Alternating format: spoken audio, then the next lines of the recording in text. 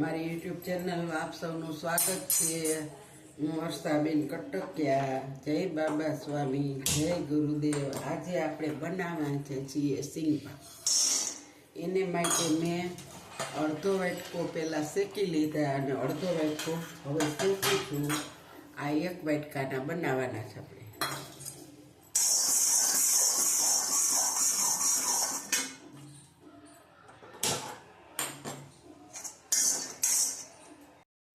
જો આપણા દાણા શેકાઈ ગયા છે અને છોતરા ઉખડી જાય, પણ હવે આપણે આને ઠરવા દેવાના છે. ગેસ આપણે બંધ કરી દીધો. આપણા દાણા શેકી અને જો ફોલાઈ ગયા. હવે આપણે આમાંથી ફોતરા કાઢી લેવાના.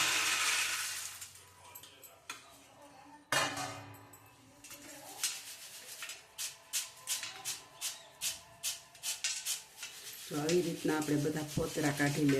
ફોતરા ઉખેડી લીધા છે અને આવી રીતના બધા એક એક દાણો કરી અને આપણે 5 મિનિટ થયા 2 ફાડા કરી નાખ્યા. શેકાઈ ગયા હોય ને મસ્ત ફાડા બની જાય. હાલો, હવે આપણે સિંગ પાક બનાવીશું. આપણે હવે ગેસ ચાલુ કરશું અને આ ગોળ આપણે આની અંદર નાખી દેવાનો છે.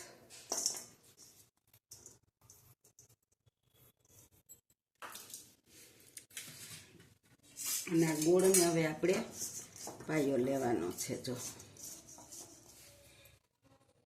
આપણે આ ગોળવાળો વાટકો છે ને એમાં થોડુંક પાણી લીધું છે અને આપણે એમાં પાણી નાખી દેવું. અને હવે આપણે આનો પાયો લેવાનો છે. સરસ ઓગાળી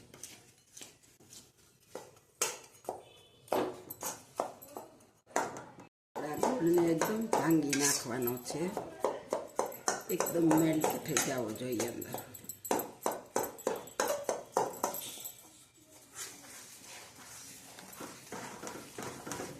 હવે ઓગળી ગયો છે. હવે આપણે આનો પાયો લેવાનો છે. મસ્તીનો પાયો આવે ને ત્યાં સુધી આપણે આને હલાવતું જ રહેવાનું છે. હલાવવાનું જ છે. હજી આનો ખૂબ અસ્તર હલાવીને એકદમ પાયો લાવવાનો છે.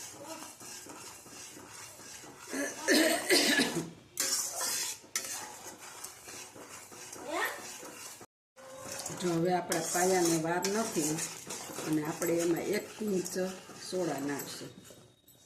એટલે છે ને આપણે આ સરસ સફેદ બને. જો થઈ ગયા ને સફેદ એકદમ.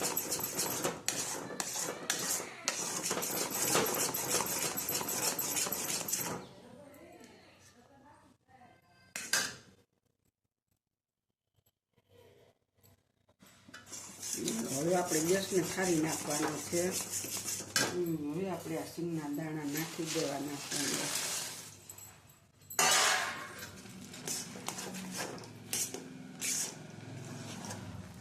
તમે સોડાની 1 જ પિંચ ચપટી નાખશો ને એટલે તમારો સિંગ પાક એકદમ સફેદ બનશે. નકર રાતો ચણોઠી જેવો થાય, એ આપણને ન ગમે. જો આપણો સિંગ પાક થઈ ગયો સસર.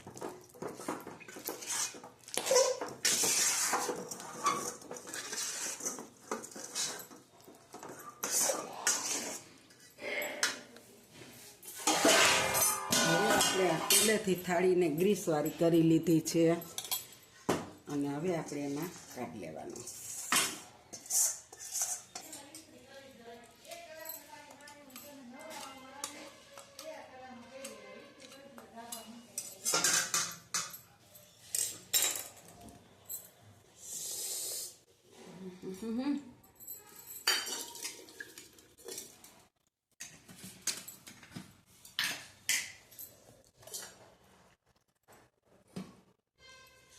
હવે આપણે તેલવાળી વાટકી કરી લીધી છે અને અસરથી કરી દેવાનો પાથરી.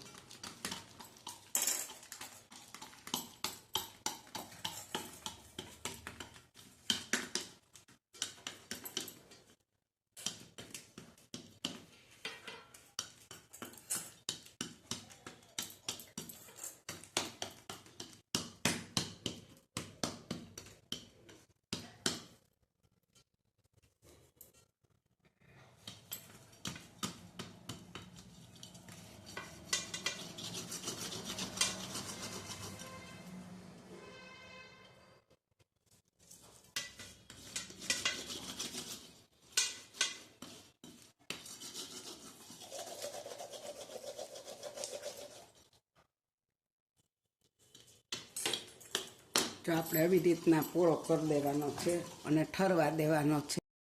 જો જેટલી સિંગ છે ને એટલો જ આપણો માંડવી પર પાતળો થાય. સિંગના દાણા બરોબર.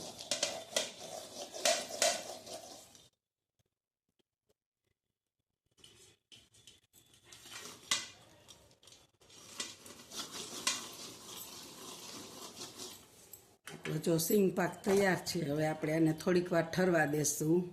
ગરમ છે ને ત્યાં જ આપણે આને થોડાક ચેકા મારી દેવાના, પછી આપણાથી ન મરે. તો આપણે ચેકા પાડી લીધા છે પણ બહુ ગરમ છે.